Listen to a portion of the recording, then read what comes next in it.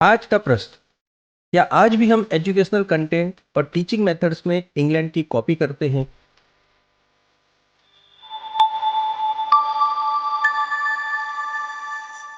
जी हाँ, आज भी यानी आज़ादी के इतने सालों बाद भी हम एजुकेशनल कंटेंट और टीचिंग मेथड्स में इंग्लैंड की कॉपी करते हैं और इसका हमें काफ़ी नुकसान भी होता है। लेकिन इसका मतलब ये बिल्कुल नहीं है कि अंग्रेजों के आने से पहले हमारे यहाँ सब कुछ सच्चा और अच्छा ही चल रहा था और उन्होंने ही आके पूरी सिस्टम को खराब कर दिया। एजुकेशन में इंग्लैंड की कॉपी का प्रश्न जितना इम्पोर्टेंट है उतना ही कॉम्प्लिकेटेड और सेंसिटिव भी है, इसलिए हमें इसे थोड़ा शांति से समझना होगा। और इस पूरी बात में हमारा फोकस किसी की भी कंप्लेन करने की बजाय प्रॉब्लम्स के सॉल्यूशंस ढूंढने पर रहेगा। सबसे पहले हमें हमारी सोच पर बात करनी होगी, क्योंकि सोच और शिक्षा एक दूसरे से जुड़े हुए हैं। जैसी हमारी सोच होगी वैसे ही हम शिक्षा लेंगे और जैसी हम शिक्षा लेंगे वैसे ही हमारी सोच बनेगी। अगर हम सोचते हैं कि जो कुछ भी हम सदियों से मानते और करते आए हैं वही सर्वश्रेष्ठ है और हमें किसी और समाज या देश से नया कुछ सीखने की जरूरत नहीं है, तो ऐसी अकड़ रखने में हम हमारा ही नुकसान करते हैं। एजुकेशन का मतलब ही होता है दूसरों से नई बातें सीखना।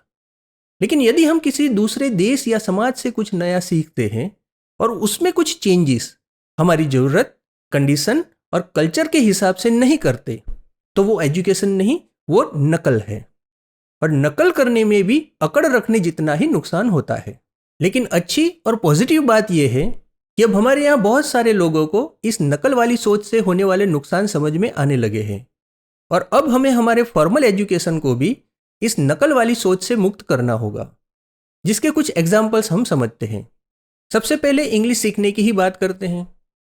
यदि हमें हमारे बच्चों की स्कूल से बताया जाए कि इंग्लैंड की स्कूल में जिन बुक्स में से बच्चे इंग्लिश सीखते हैं और जिस तरह इंग्लिश सीखते हैं उन्हीं बुक्स में से उसी तरह अब हमारे बच्चों को भी इंग्लिश सिखाई जाएगी, तो हम तो खुश हो जाएंगे और इंग्लैंड से बुक्स मंगवाने के लिए कुछ एक्स्ट्रा फीस भी पे करने के लिए तैयार हो जाएंगे।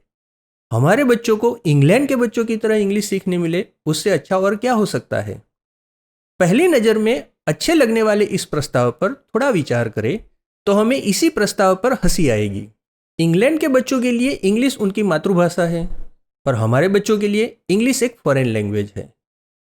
यानी इंग्लैंड के बच्चे इंग्लिश बोलना सुनना घर से ही सीख कर स्कूल में जाते हैं, इसलिए स्कूल में उन्हें इंग्लिश लैंग्वेज नहीं पर इंग्लिश लिटरेसी सिखानी होती है, यानी रीडिंग, राइटिंग और ग्रामर वगैरह।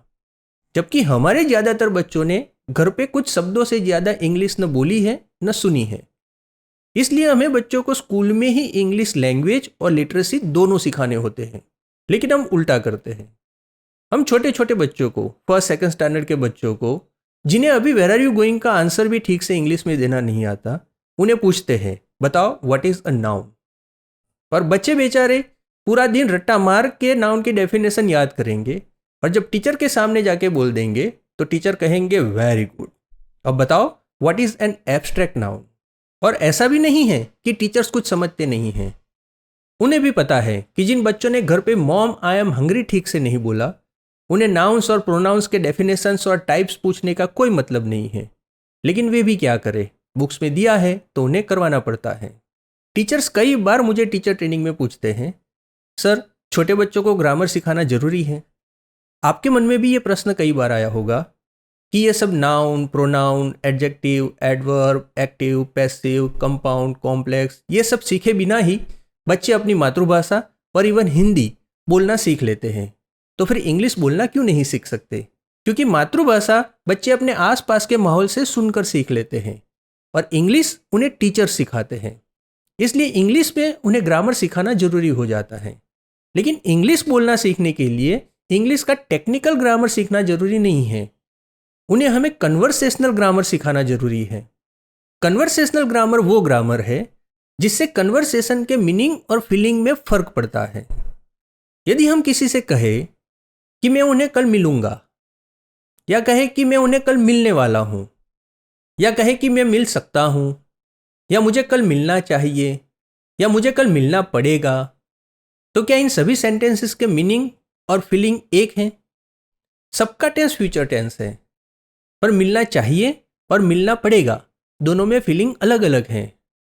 मैं मिलने वाला हूं का मतलब होगा मिलना पहले से तय है, और मैं मिल लूंगा का मतलब होगा मिलना अभी डिसाइड किया। इसी तरह इंग्लिश में भी विल लगाने से फ्यूचर टेंस बनता है। इतना सिखाना काफ़ी नहीं है। इंग्लिश में भी I will meet him, I am going to meet him, I may meet him, I can meet him, I should meet him, I have to meet him, सब फ्यूचर टेंस है, पर सबका मीनिंग और feeling अलग है। हम कहीं भी कुछ भी बोलेंगे तो हमारा कम्युनिकेशन इफेक्टिव नहीं होगा। यानी हमें बच्चों को कन्वर्सेशनल ग्रामर तो खास सिखाना पड़ेगा। लेकिन एक sentence I have to meet him, इसमें सब्जेक्ट कौन है, ऑब्जेक्ट कौन है, सब्जेक्ट फर्स्ट पर्सन है या सेकंड पर्सन है, सेंटेंस कंपाउंड है या कॉम्प्लेक्स है, एक्टिव है या पैसिव है, ये सब टेक्निकल ग्रामर जानने की न बच्चों को ज़रूरत है ना ही उनकी कैपेसिटी है। लेकिन इंग्लैंड के बच्चों की बात करें तो इंग्लिश उनकी मातृभाषा है, इसलिए कन्वर्सेशनल ग्रामर सिखाने की उन्हें ज़रूरत नहीं है। इतना तो वो घर से सीख कर ही स्कूल में आते हैं, इसलिए हम उन्हें सीधा टेक्निकल ग्रामर सिखा सकते हैं। लेकिन हमें हमारे बच्चों को कन्वर्सेशनल ग्रामर पहले सिखाना पड़ेगा, और उससे भी पहले हमें बच्चों को डे टू डे में यूज़ होने वाले कुछ वर्ड्स और छोटे छोटे सेंटेंसेस बोलना सिखाना शुरू कर देना होगा। अल्फ़ाबेट सिखाना शुरू करें तभी से, और पॉसिबल हो तो उससे भी पहले, क्योंकि अर्ली एज बच्चों की लैंग्वेज सीखने की ही एज होती है। उस एज में बच्चे कोई भी लैंग्वेज ईजिली सीख लेते हैं। फोनिक्स भी हमें हमारी रिक्वायरमेंट के हिसाब से बच्चों को सिखाना होगा। इंग्लैंड के बच्चों को बैड और बेड, सैड और शेड, बैक और बेक जैसे वर्ड्स के मीनिंग्स और साउंड्स के डिफरेंसेस पहले से पता होते हैं। उन्हें केवल स्पेलिंग्स ही सिखाने होते हैं, जबकि हमें बच्चों को इन वर्ड्स के मीनिंग्स, स्पेलिंग्स और साउंड्स के डिफरेंसेस भी सिखाने होते हैं। और सभी वर्ड्स हमें बच्चों को इंडियन एक्सेंट में ही बोलना सिखाना चाहिए। हाँ, किसी बच्चे की पर्सनल चॉइस है या पर्सनल नीड है कि उसे अमेरिकन या ब्रिटिश या ऑस्ट्रेलियन या किसी और देश के एक्सेंट में इंग्लिश बोलना सीखना है, तो उसमें कुछ गलत नहीं है। लेकिन स्कूल के सभी बच्चों को ब्रिटिश एक्सेंट में ही इंग्लिश बुलवाने की कोशिश करना या इंडियन एक्सेंट को गलत और ब्रिटिश एक्सेंट को ही सही मानना केवल और केवल नकल वाली सोच का एग्जाम्पल है। कुल मिलाकर इंग्लिश हमें हमारे बच्चों को हमारी ज़रूरत के हिसाब से और एक इंटरनेशनल लैंग्वेज की तरह ही सिखानी चाहिए। और ये सब हमें इंस्ट्रक्टिव और टेक्निकल टीचिंग मेथड से नहीं करना है। हमें बच्चों को इंटरैक्टिव और अडेप्टिव टीचिंग मेथड से पढ़ाना होगा। इंटरैक्टिव और अडेप्टिव टीचिंग मेथड से प्री प्राइमरी और प्राइमरी एजुकेशन काफ़ी इजी, इफेक्टिव और एंजॉयबल बन जाता है टीचर्स और स्टूडेंट्स दोनों के लिए। इंटरैक्टिव और अडेप्टिव टीचिंग मेथड्स के बारे में हम नेक्स्ट वीडियो में डिटेल में बात करेंगे। अभी हम बिना अक्ल की नकल के कुछ और एग्जाम्पल्स देखते हैं।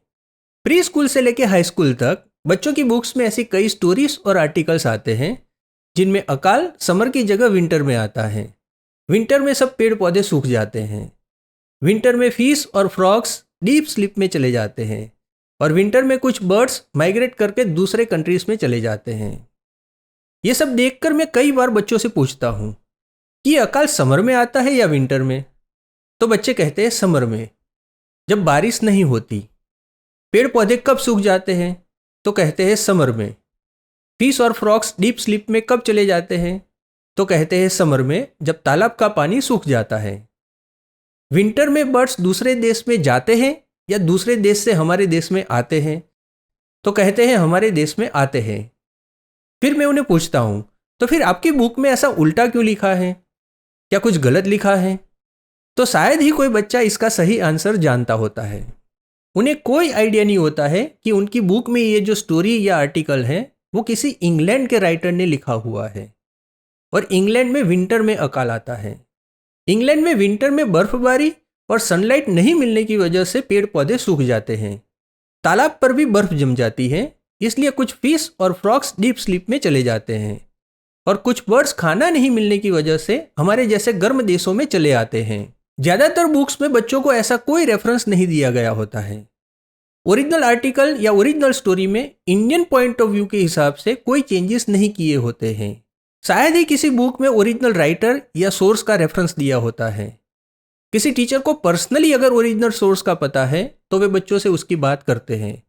बाकी सारे बच्चे तो वही पढ़ते हैं जो बुक में लिखा है। और यह कोई छोटी गलती नहीं है। हाई स्कूल तक की पढ़ाई करने के बाद भी ऐसी उल्टी इन्फॉर्मेशन पढ़कर बच्चे के मन में कोई डाउट ना हो तो उसका मतलब होगा कि न उसकी जियोग्राफी की पढ़ाई ठीक से हुई है और न ही साइंस या हिस्ट्री की। एजुकेशन के नाम पर हमने उसे केवल रट्टा पोपट ही बना दिया है और रट्टा पोपट बनाने की शुरुआत प्री स्कूल से ही हो जाती है, जब हम बिना कुछ सोचे समझे उनसे ऐसे इंग्लिश सॉन्ग्स गवाते हैं जिनका मीनिंग न उन्हें पता होता है न उनके पेरेंट्स को, और मीनिंग पता भी हो तो वो हमारे कल्चर से बिल्कुल रिलेवेंट नहीं होता। बच्चों को इंग्लिश मीडियम में पढ़ाना चाहिए या मातृभाषा में, ये अपने आप में ही एक बहुत बड़ा डिबेटेबल क्वेश्चन है जिसके ऊपर हम अलग से बात करेंगे।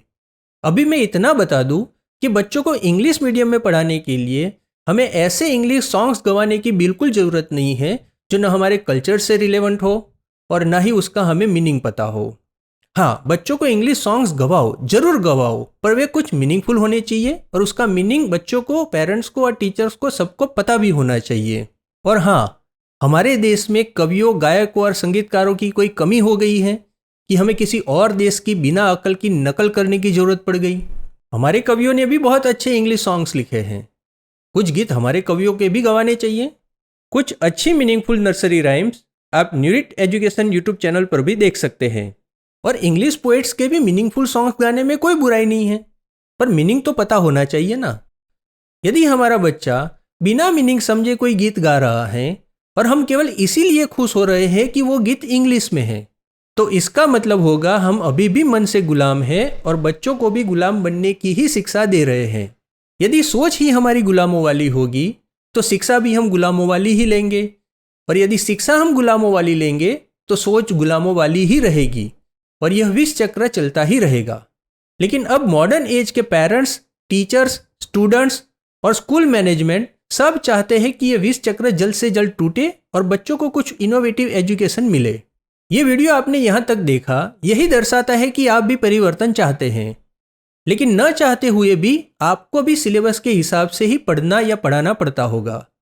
इसलिए हमें जल्द से जल्द प्री स्कूल से ही सिलेबस में कुछ चेंजेस करने होंगे। हमारा सिलेबस हमारे कल्चर, हमारी हिस्ट्री, हमारी जियोग्राफी और हमारे बच्चों की रिक्वायरमेंट के हिसाब से होना चाहिए। हम हमारे बच्चों को इंग्लैंड की 4 सीजन्स स्प्रिंग, समर, ऑटम और विंटर क्यों सिखाए? मॉनसून इंग्लैंड में नहीं होता, हमारे यहाँ तो होता है ना। डेज ऑफ द वीक भी हम मंडे टू संडे की बजाय संडे टू सैटरडे क्यों सिखाते हैं? छोटे मोटे बहुत सारे चेंजेस हमें करने होंगे और उसके लिए हमें हमारे राइटर्स पर भरोसा करना होगा। विदेशी चीज़ों को बिना जांचे परखे अच्छा मान लेना भी गुलामों वाली मानसिकता की ही निशानी है। यहाँ अच्छी और पॉजिटिव बात यह है कि अब हमारे यहाँ बहुत सारे लोग इन पॉइंट्स को समझ चुके हैं और इस दिशा में चलना शुरू कर दिया है। लेकिन अभी भी बहुत सारे लोग ऐसे हैं जिन्हें हमें इन गलतियों से अवेयर करने की ज़रूरत है। आप यदि हमारे विचारों से सहमत हैं तो आप भी अपने आसपास के लोगों से इस विषय पर बातचीत करें। यदि हमारी कोई गलती होती हुई आपको दिखाई दे रही है तो प्लीज़ हमें जल्द से जल्द बताएं, और ज़्यादा से ज़्यादा लोगों तक इन विचारों को पहुंचाने के लिए हमारे वीडियोस को लाइक और शेयर करें। न्यूरिट एजुकेशन यूट्यूब चैनल को सब्सक्राइब करें और इस मुहिम में हमारे साथ जुड़ जाए। नेक्स्ट वीडियो में हम इंटरैक्टिव टीचिंग मेथड और अडेप्टिव टीचिंग मेथड के बारे में बात करेंगे। आप भी यदि चाहते हैं कि आपके दिए गए किसी प्रश्न या टॉपिक पर हम वीडियो बनाएं तो हमें कमेंट या ईमेल करके बताएं। आप व्हाट्सएप भी कर सकते हैं। आपके प्यार, सपोर्ट और सजेशंस के लिए खूब खूब धन्यवाद।